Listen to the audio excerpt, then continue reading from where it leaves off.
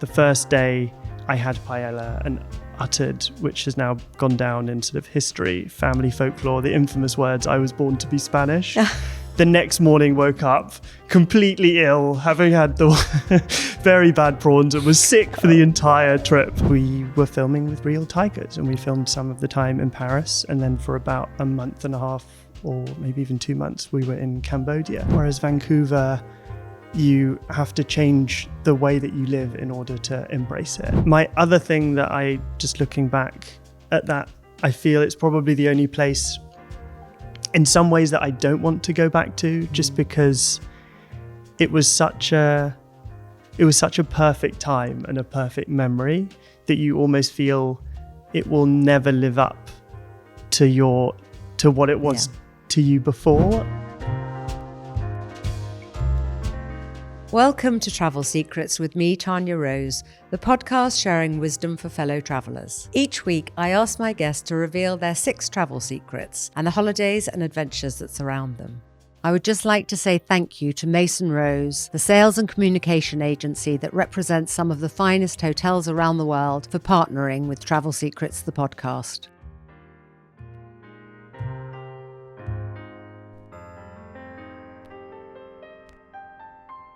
Today, my guest is the wonderful British actor Freddie Highmore, who shot to fame in Finding Neverland, Charlie in the Chocolate Factory, Spiderwick Chronicles, The Golden Compass. My favourite film you did, though, was A Good Year, because as I told you before, Albert Finney was a very close friend. So you must have had the best time in Provence filming with him. It was absolutely amazing. He was brilliant. And I think the two of us, me as my, very young 11, 12-year-old self, and him with a little bit more awareness of the world, I think the two of us were equally charmed by just getting to film there. And we were staying in this hotel up on the cliff and Gourd nearby, and it was a brilliant time. Well, he was my son's godfather, and he was absolutely wonderful. My son wants to be an actor, so he was always saying to him, "Why do you want to be an actor? Do you want to be celebrity?" And my son was like, "I don't know what the question is. I want to act because I love acting." And he said, "Yes, that's the right answer."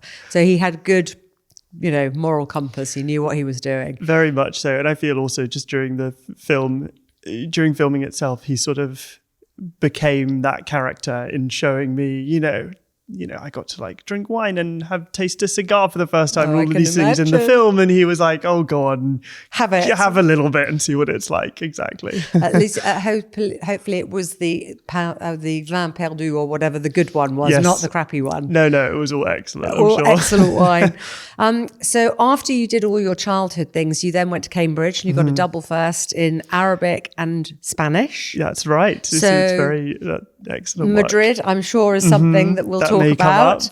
And then obviously off to Vancouver, you went to do Bates Motel and then The Good Doctor, which is just sensational. I absolutely loved it. Oh, thank you. Yeah, it was a mad sort of 12 years, I guess, between 5 years on Bates Motel and 7 years on The Good Doctor, and both of those filming in Vancouver. I've spent most of my adult life over there. I'm sure you've got some great tips for us in Vancouver. I may do. I'm sure you do. And now you have The Assassin coming out, so yes, that will be exciting for you to be back in the UK. Although it was filmed in Greece, I think, wasn't it? It was, but it still feels quite British. It feels like there's a real British sensibility to it in terms of the sense of humour. It doesn't, it's a sort of thriller. Keely Hawes is in it with me, and she plays a sort of ex, but potentially needing to get back into assassin. And yeah, we had a great time. It's the sort of thriller, high stakes drive, but really it's a story between a mother and son. And it sounds amazing. Yeah, and Keely was on the podcast, which you know, and have listened to, and she was great fun. So let's get into your travel secrets. But before we do, perhaps you can just tell us a bit about yourself and how travel has impacted the person that you have become. I think even just from what you were saying, and we can talk about this more later too, the fact I'd always been interested in languages. I did languages at university, but sort of French and Spanish at school especially were, from an early age, just the things that I gravitated towards and I was excited by. And I think then the opportunity to travel and go to these places where you were useless at the language, but still kind of enjoying trying it anyway and finding that as a way to just access culture and feel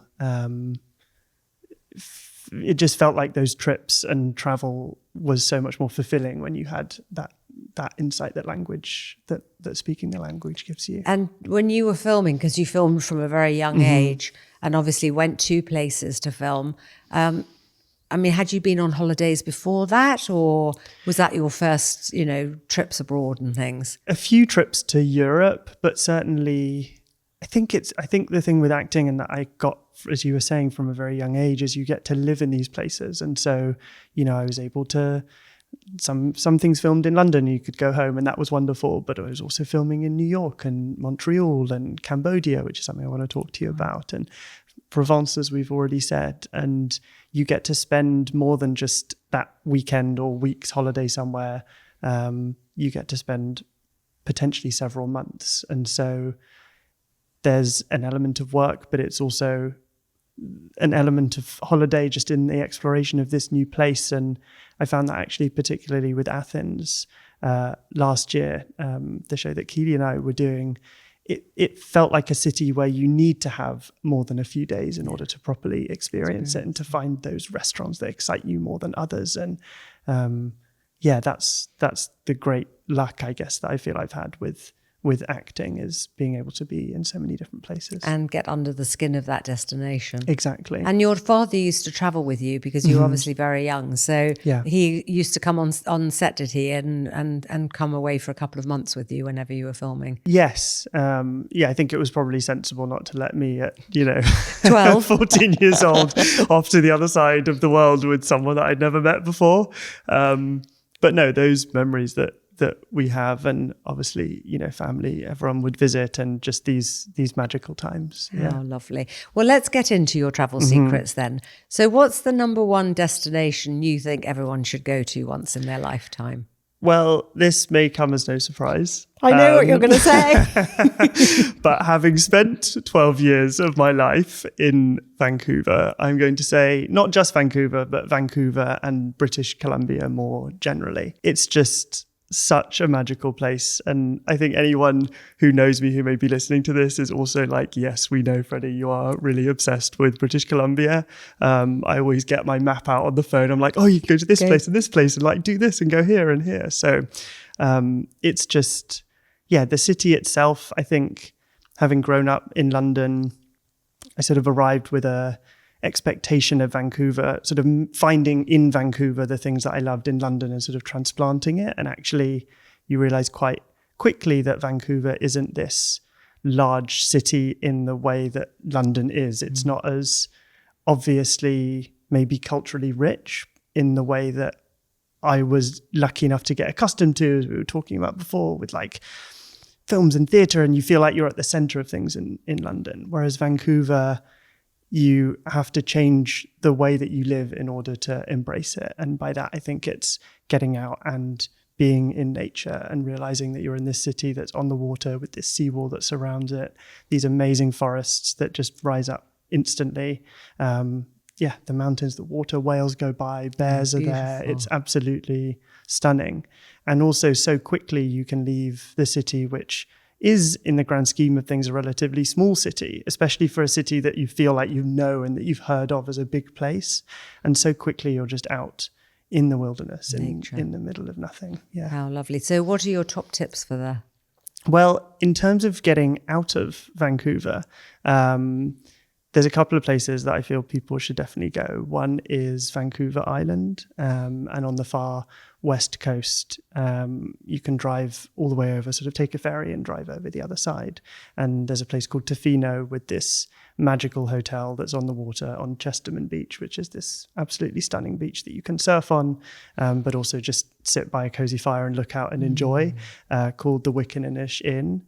And that's a bit of an institution and has been there for quite some time in Tofino. And then just down the road on the west coast, there's a little village called Ucluelet, or Yuki, as the locals like to call it, which is maybe a little bit cooler and a bit more of a discovery. And there's this restaurant that I was lucky enough to go to called Pluvio, where you can also stay, and that was amazing. The food was great, and it's just these few little rooms above an inn. That sounds and that's amazing. magical. That sounds really beautiful. And then the Sunshine Coast as well, which is maybe a little bit less known than Vancouver Island and is smaller, and there are a few places that you can stay, but even just for a day trip from Vancouver, you can jump on the ferry and you get off and you just feel immediately, even in those 45 minutes of being on the ferry, that you just arrived in this place where time just slows down and sleepy little villages and towns with the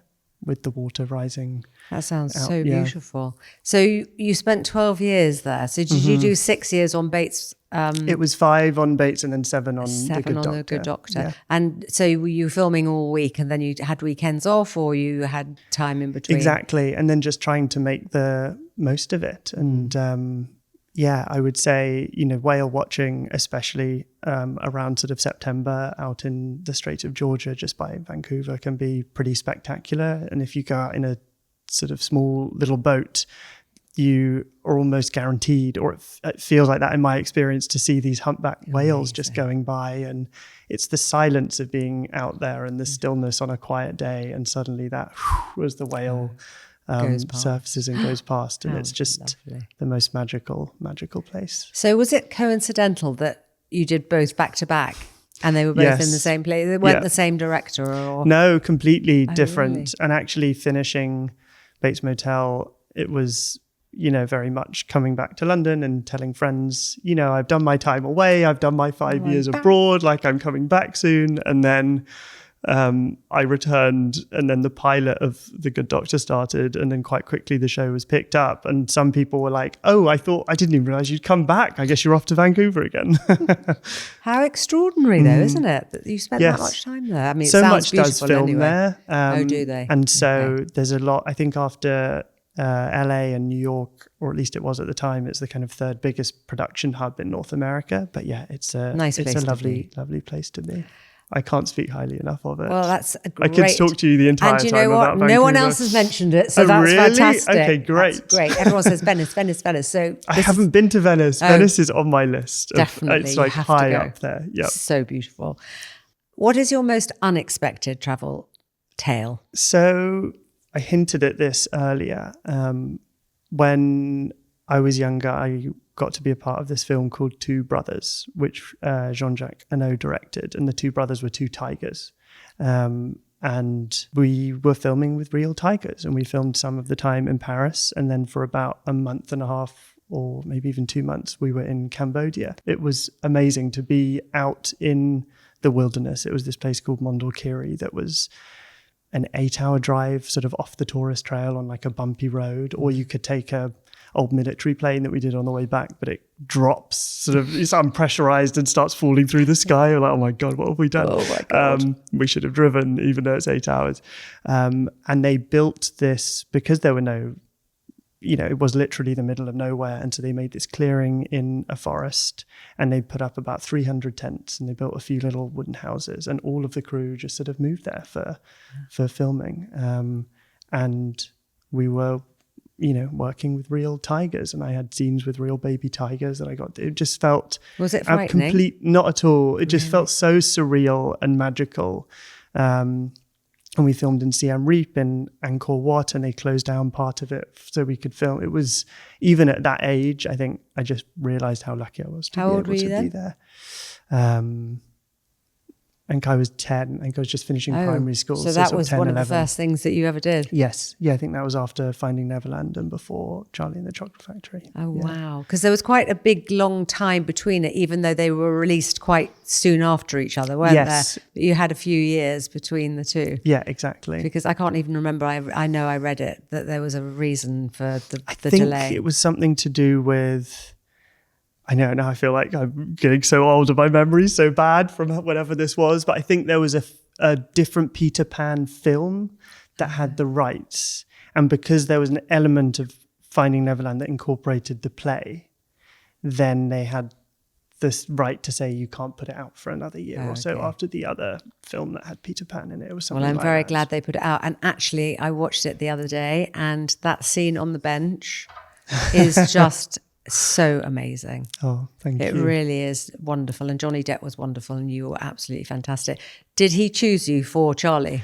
I'm sure there must have been some sort of I was probably too young to realise, but I'm sure that had something to do with it. No, it's so good. And obviously I remember the original Charlie in the Chocolate Factory as well, but my son and all his friends, the one that they always talk about is your one.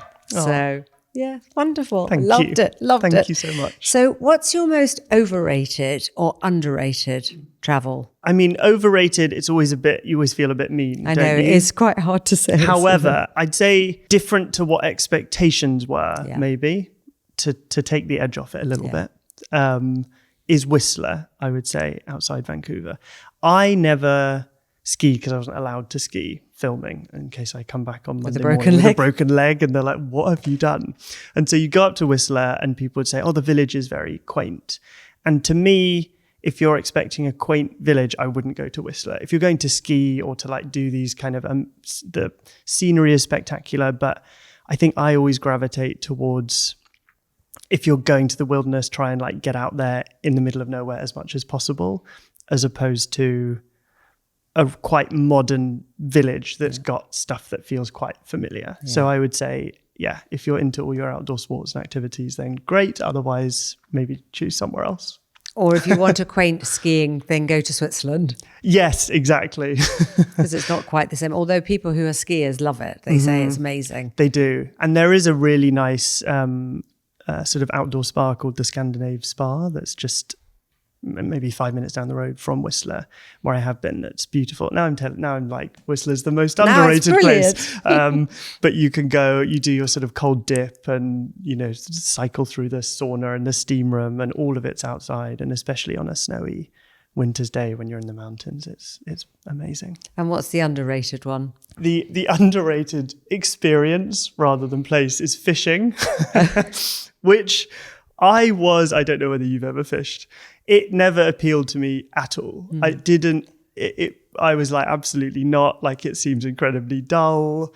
I need to be 3 times as old as I am in order to get out there and enjoy fishing. However, of course, being in British Columbia, a friend of mine, Max, was like, you should come and try salmon fishing.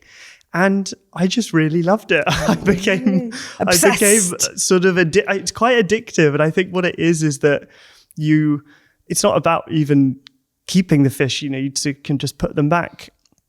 But just being out there with a very simple task in the middle of nowhere, and suddenly hours and hours go by. And I think if you went out in a boat and sort of bobbled around for 3 hours, by the end you'd think, well, maybe we should be going on and doing something else. But something just about sitting there with a simple task that sort of preoccupies you but doesn't really, was actually much better than I thought it was going to be. Oh, how interesting. Have you ever been fishing in Scotland? No, I haven't. This is my only experience. So maybe you need to be doing salmon fishing in Scotland next or something, but in waders, when you wade out. I do understand that what people say, though. It doesn't really appeal to me, but I think that tranquility and just being at one with nature, and as you say, you put the fish back anyway, so it's not even about that.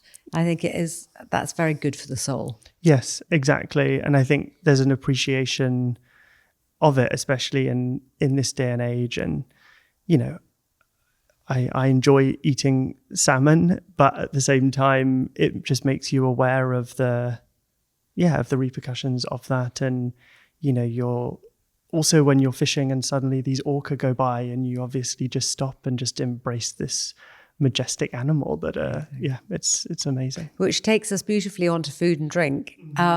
What do you like eating? Where do you like eating? Where's your best meal been? Or let's just talk about travel and food and drink. So one that comes to mind, which I was lucky to go to last year when filming in Greece, I had about a week and a half off and went to Santorini. I'd never been to any of these places before, in any of the Greek islands. I went to Santorini and then Sifnos and Milos and Folegandros. And there was this place in Sifnos that was called Cantina. And it was in this, just outside of this old town called Castra. I guess it's more of a village really, right down by the water. And so you can't get there by car. It's an old fisherman's hut that's been converted into essentially just a kitchen, and then you have to just sit outside. And you're down by the water. You go down this kind of long cobbled lane to get there, and it's just the most beautiful atmosphere. It feels so timeless, and the fish was just amazing. And then a nice sort of white Assoritico from Santorini. It was honestly blissful, and so delicious. Simple, but just done so well. So good. I love Greek food anyway. I mean, fresh fish, but then also the feta and the salads and all of those things are just fantastic, aren't they? Did you love Greece? I did. Yeah. It was it was very, very special. And getting to go to all those islands was, I felt it was good to go to Cantina, because then you have to walk all the way back up to the top again, so you feel like you've earned it. And then there's a couple of bars at the top of the hill. One's called Loggia, and then there's another called Cavos Sunrise, which is this old guy who isn't Cuban but fancies himself as a Cuban revolutionary. And so you can, you feel like you've earned another drink by the time you get back and up there. Hopefully not ouzo or Metaxa brandy, which are it's killers. Only rum in Cavos Sunrise. He's like a pure rum. It feels like you're in a different era. Perfect. So what is your top travel tip? I'd say my top travel tip is to try and enjoy the journey as much as the destination. That sounds so corny, doesn't it? No, but it's so good. It's so true. But I do think that sometimes we get so used to the traveling aspect of travel, and it's about getting to where we want to be. And I think there's a few instances where I've felt this. One, certainly in Vancouver and British Columbia, where they have these seaplanes, and I was saying the ferries, and rather than it being just a sort of means to an end, you drive on, you park your car, and then you can go up to the deck and just look around, and you're traveling through this most beautiful scenery for 45 minutes. Yeah. Similarly with a seaplane, it's just, people pay to just do a tour of Vancouver in a seaplane, but you get to go to the Sunshine Coast or go to Vancouver Island, over to Tofino in it. And even just a plane, if you can get a window seat and you're just looking out and seeing these spectacular vistas go by that sometimes you miss and you forget as the window blind is down, that actually out there's something amazing, and you're flying over the Grand Canyon, or you're flying over who knows where. Yeah. And tell me about Cuba. Yes, Cuba.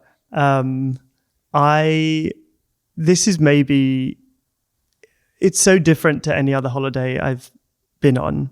It was probably the holiday that cost the least, but is sort of my fondest memory. My now wife and I went maybe 10 years ago now or something, a long time ago. And we didn't have a plan at all, which I think is another little tip. We just got there and we were staying with families, and you just got to one and you rang up using the landline, because there was no Wi-Fi around the island when we were there. And they'd say, oh yeah, you can stay with my friend at this next place. And you'd sort of rent rooms from people and just go as you went. And so sort of recommended by the people that you were staying with previously. Exactly. And there was one we stayed with this sort of tobacco farmer in Viñales that was relatively near to, we managed to do the kind of whole island, but yeah, this one place was just, it was amazing. And you sort of woken up with warm milk, not because it was off, but because it had just come fresh that morning. And you just sort of sit there in this beautiful setting and very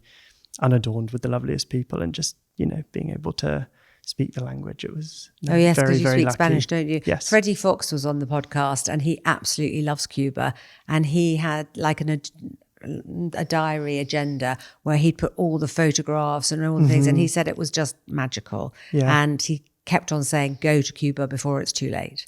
Yes, I guess there was probably an element of that. My other thing that just looking back at that, I feel it's probably the only place in some ways that I don't want to go back to, just because it was such a perfect time and a perfect memory that you almost feel it will never live up to what it was to you before. And so in some ways, it's sort of the only place that you just almost will never want to go back to because it will never be the same, if that makes sense. Yeah, it does. And sometimes that is part of travel. It's keeping hold of those memories that are so special in your heart. And you don't need to go back time and time again. I mean, I like going back to the same place for a holiday, but I think I'm lucky that I travel so much that I go to various other places, so I don't have to go back all the time to those. Let's go on to your most poignant memory. I would say one of the first sort of trips that I really remember doing as a kid was going to Barcelona with my family, and it was for my birthday. And I wanted to be a footballer. I was obsessed with Rivaldo. I wanted to play for Barcelona. And I had also got the, what were they called? Where you could teach yourself the language and on the CD. Yes. And so I'd done that at home on my own. And so my parents okay, we can go to Barcelona. And so we went, and I did manage to see a little bit of the city and also go to a Barcelona game. But the first day I had paella and uttered, which has now gone down in sort of history, family folklore, the infamous words, "I was born to be Spanish." The next morning woke up completely ill, having had the very bad prawns, and was sick for the entire trip. But I did manage to go to the game. Oh, but that's hysterical. And then you went to Madrid as part of your year at Cambridge, my year abroad. You? Yeah, so I did a full year in Madrid, which is a brilliant city. I just think in some ways, I think Madrid's underrated, actually, because yes, it's a capital, but it somehow doesn't get the same attention as other Spanish cities. And I think it's just this amazing mix of old Spain, of a sort of traditional Spain that is relatively recent in their history, at a time when Franco was in power. But at the same time, it's incredibly modern, and it's sort of at the forefront of so much of Spain and change and la movida. And there's just it's that kind of dichotomy that's still there that I find fascinating. There's a lovely hotel called the Santa Mauro. It's my favorite hotel in Madrid. It's brilliant. And it's just outside the center, but you can walk in. You're tucked away in a quiet little area, but not, too far removed. And it's just so elegant and so lovely. That's exactly where I would tell people to stay. I did my 72 hours in Madrid recently on my Instagram, and I said stay at the Santa Mauro, and then all the different things to do. But the thing that I got most direct messages about was the tapas bar I told people to go to, where the owner is obsessed with Julio Iglesias. Everything is Julio, and then he starts karaoke and everyone sings it. I tell you, more people have gone to that tapas bar afterwards. It was hilarious. That is so funny. Forget the Prado. Yeah. They were all going there. Yeah, exactly. So funny. And also just from Madrid, you can explore on the AVE, on the really quick train, so much of Spain, including Cordoba, where I think is my favorite building in Spain, is the sort of mosque cathedral mashup, I guess, for lack of a better word, which is just, again, I think, it's just the way that it represents, for those who don't know of it, it was originally when the Moors were in Spain, in Cordoba, which was this huge city, especially huge at the time. It was this big mosque. And then during the Reconquista, when the sort of Catholic kings took back the country, they chopped out, it's like so hard to describe, but they kind of took out the middle of this mosque and built a cathedral. And so you walk in and it feels like you've entered this mosque, and you keep going through all of these different arches, and it's beautiful. And then suddenly you realize that you've entered this central space that is now a cathedral. And it's absolutely extraordinary. I've never been to Cordoba. I've been to Sevilla and I've been to Granada, which both I love, but I've never been to Cordoba. It's on my list, absolutely. And there's a wonderful hotel south of Madrid, in the vineyards, called Abadia Retuerta, which is an old monastery. Oh, it sounds and it is amazing. Absolutely beautiful. And it's so easy to get to on the train. I think it's 3 hours drive, but on the train it's only an hour, and it's absolutely wonderful. So if you go back, you must try that out. On the list. Absolutely. Do that. And during your year out, did you go to, you did Arabic as well. Did you go and study that somewhere abroad as well? Unfortunately not. I never got the chance. It was my year abroad, given that, I mean, I'm not that old, but it was a while ago when it was a good, maybe like 13 years ago. And it was during the time of the Arab Spring. Okay. And so the university had to give you permission to go to whatever country you were choosing to go to. And the options were quite limited. So I ended up just focusing on the Spanish. And do you speak Arabic? No, it's sort of fallen by the wayside. But my Spanish is my Spanish and French. I've kept that up from And when school. you went to Greece, because you're a linguist, did you pick a little bit of Greek up when you were there? No, I think that I'm unfortunately, other than the very basics. Kalimera, Kalispera. I learned the alphabet. That felt like a necessity. Oh, that's very good.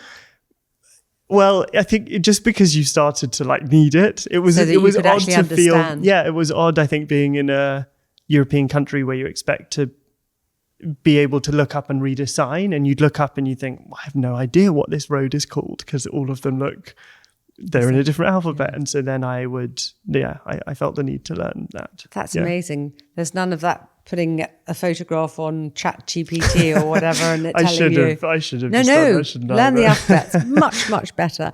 I asked you to bring a photograph. Yes. Can you show us the photograph and can you describe the photograph and tell us why you've chosen that photograph? I'm not quite sure why. In my head now, I'm still thinking I should choose another photograph, but at this point, I've committed to bringing this one. So I'm going to show you this photograph, and it's definitely not the sort of photograph that I imagine most people will bring along, but there was a reason for it. So this is the photograph. Okay. Well, tell me about the photograph. So the photograph is the back. It's a car, a rental car that I had at the time, in the back of a ferry in Vancouver. And it's the last one allowed on. And this was the last ferry that night. And so, there's a barrier right behind the car and you sort of go down a drawbridge in order to board these ferries. And we were on the drawbridge and they were like, no, you've got to go back. There's no space. And then other people were like, no, you can come. Like, we'll sneak you in. And so everyone sort of inched forward and we were literally the last one on and would have otherwise had to go back the next day. And I guess the reason that I chose it, other than the obvious love for Vancouver and ferry travel generally, is I just think the idea that those little things going right can mean so much whenever you travel. And it's the stuff that sometimes you just can't plan that ends up being this big win. And it was such a celebration when we got on the ferry. You were so happy? Yeah. And I think, but also it could have gone so differently and you could have gone down a whole other path and maybe that would have been magical too. But it just the sliding doors. And it reminded me of that when traveling, that as much as you have a plan, sometimes things will go wrong and they will go a bit differently, but that's just sort of to be embraced and part of the joy of traveling. I love that. That's such a wonderful philosophy. I actually thought you were going to say it was the last episode of The Good Doctor and I didn't get there or something like that. But no, it's a much nicer, poignant story.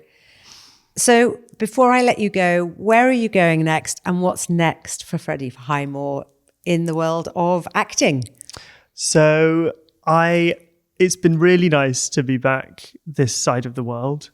I think it's clear from this that I've enjoyed my time in North America, but at the same time, getting to come back home and sort of do more things over here and travel more in Europe. I find myself, I sort of catch myself as like a North American who's like arrived in Europe saying, it's so close. All of these places are so accessible. And now I always sort of laugh at them before. And now I've become one of them because you do appreciate how accessible you can. I'm stating the obvious, but you can jump on a train and then you're in France, and those things that are so far away when you're not in Europe, and so hard to imagine. And so I'm just looking forward to kind of getting to explore a little bit more of Europe and as much as possible. And what about acting? What are you doing next? I'm working on something at the moment. I'm writing something which I can't unfortunately speak about, but it is exciting to be doing. So anyway. You're starting to do more on writing and producing as well, aren't you? Yeah, I was lucky on The Good Doctor and Bates Motel to kind of be involved in the wider process, and sort of directed and wrote and produced and just really enjoy that and want to try and do more of that. Well, we all look forward to seeing you in The Assassin. Can't wait. And to seeing things that you've written and produced. How exciting. And any help you need in Europe, you know who to call. Thank you so much. Thank you so much. It's been wonderful. It's been a pleasure. Thank you. Thank you.